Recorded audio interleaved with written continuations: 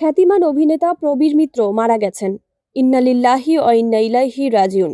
গতকাল রাতে রাজধানীর একটি বেসরকারি হাসপাতালে চিকিৎসাধীন অবস্থায় তার মৃত্যু হয়েছে। অভিনেতার ছোট ছেলে সিফাত ইসলাম এ তথ্য নিশ্চিত করেছেন। ৮১ বছর বয়সী প্রবীর মিত্র বেশ কিছু শারীরিক জটিলতা নিয়ে ১৩ দিন ধরে হাসপাতালে ভর্তি ছিলেন।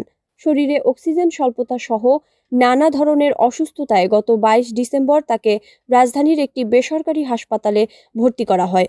সময়ের সঙ্গে সঙ্গে তার শারীরিক অবস্থার অবনতি হয়। প্রবীর মিত্র ইসলাম ধর্ম গ্রহণ করেছিলেন। তার পুত্রবধূ সোনিয়া ইসলাম জানিয়েছেন, রাতে গোসল শেষে ফ্রিজার গাড়িতে প্রবীর মিত্রের লাশ ধানমন্ডির বাসায় রাখা হবে। আজ জোহরের নামাজের পর এফডিসিতে প্রথম জানাজা হবে।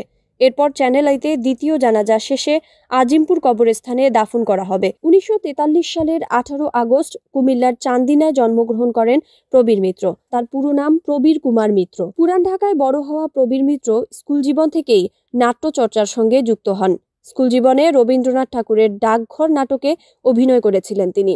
১৯৭০ সালে প্রয়াত এইচ আকবরের জলছবি চলচ্চিত্রে অভিনয়ের জন্য প্রথম প্রবীর মিত্র ক্যামেরার সামনে দাঁড়ান। ক্যারিয়ারের শুরুর দিকে প্রবীর মিত্র নায়ক হিসেবে কয়েকটি চলচ্চিত্রে অভিনয় করেন। পরে চরিত্রাভিনেতা হিসেবে কাজ করেও তিনি দর্শক প্রিয়তা পেয়েছেন। তিতাস একটি নদীর নাম, জীবন তৃষ্ণা, মধুমিতা, প্রতিজ্ঞা, তরুলতা সহ ৪ শতাধিক চলচ্চিত্রে অভিনয় করেছেন তিনি।